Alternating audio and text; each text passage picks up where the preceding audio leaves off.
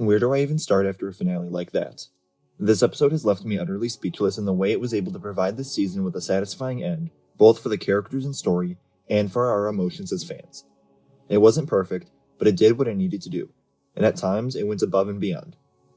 I'll admit I was a bit worried when I saw the runtime initially, but it felt so much longer than 48 minutes, and it was able to include just about everything we wanted as fans.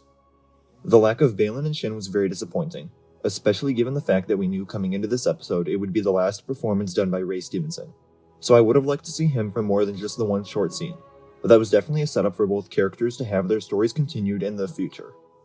We see Shin appear to become the leader of the Nomads on Pridia, which may have some deeper history to them, and then what may have been the biggest reveal in the ending, Baylan atop statues of the Mortis gods overlooking the planets as a part of his search for greater power. There's no way I can talk about everything that the finale set up for the future, so I will absolutely have a video coming out talking about my reaction and thoughts to these teases and where I think it'll go. I know I've been inconsistent with videos lately, but I will be trying my best to get back to my typical schedule soon. Going back to the beginning of the episode though, it kicks off with Elsbeth being rewarded for her efforts to rescue Thrawn and the Great Mothers from Pridia. She's given the gift of Shadows, which looks to basically turn her into a more serious Night Sister. I was expecting for her to have more control and power when it came to the Green Night Sister magic, but we didn't get to see her wield any of that throughout the finale. She was basically just turned into a more formidable foe so that it was a more even fight at the end of the episode between her and Ahsoka. And in order for that to be so, she's given the Blade of Telsin, which I don't think has any history in canon other than referring to Mother Telsin. It was a nice Easter egg, but one that I didn't care about all that much.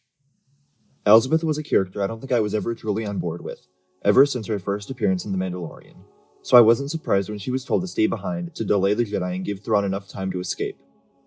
She's a smaller villain that has served her role in the story, and I didn't expect for her to be an important player as Thrawn returned to the known galaxy and started a war with the New Republic. Her death happened, and then I just kind of moved on from it. The episode then goes back to our heroes, and it didn't make much sense to me why they're sticking around the Noti. I can understand them needing to prepare before they attempt to stop Thrawn from escaping, but literally hovering above the Noti is only endangering them. Another point, it seemed like they were so focused on stopping Thrawn rather than escaping themselves. I guess it follows the Jedi point of view of sacrificing for the benefit of others, but for much of the episode they seemed very focused on stopping Thrawn rather than getting back themselves. We get to see Ezra build a new lightsaber with the help of Huyang, and I really did enjoy the name drop of Kanan, even if it did feel a bit forced.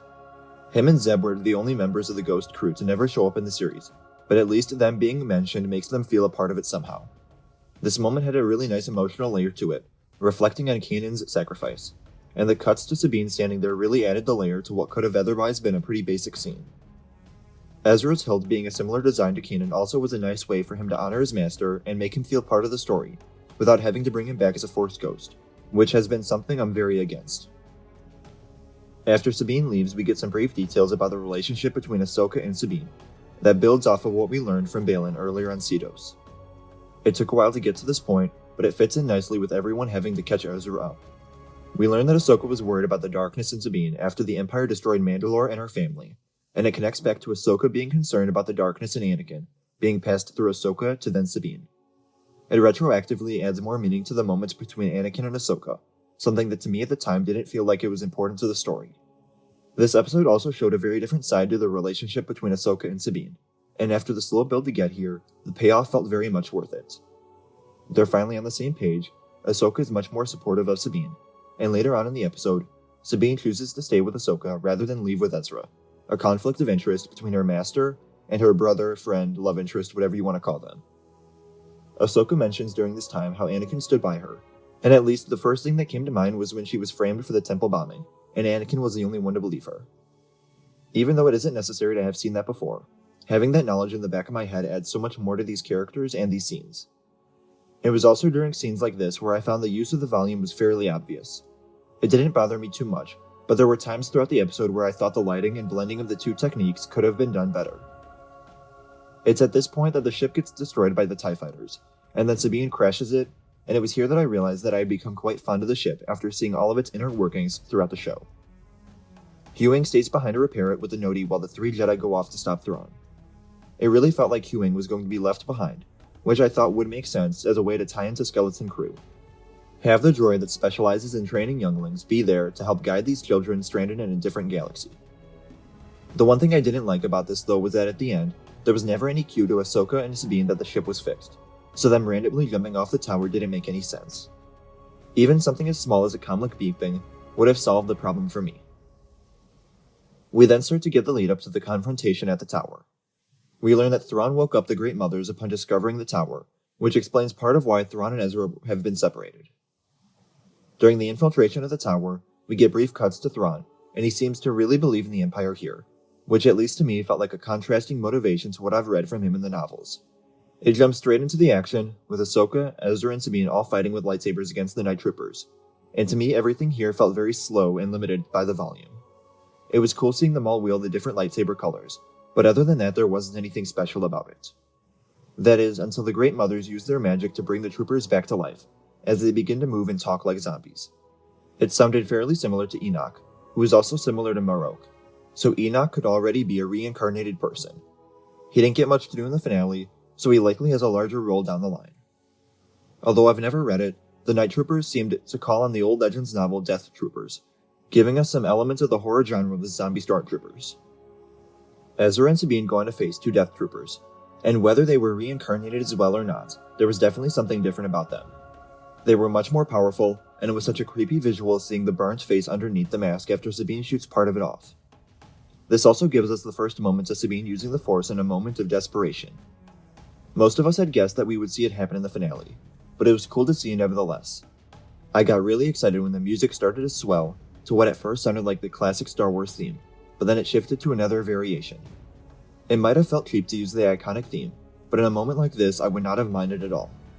I've loved the musical themes throughout the entire show, far and away my favorite soundtrack of the live-action shows so far, and I loved the way they paid homage to the themes from the Clone Wars or Rebels, but I do wish once in a while we just got the straight-up theme from one of the movies, to really make these shows feel like the same level of importance and grandiose.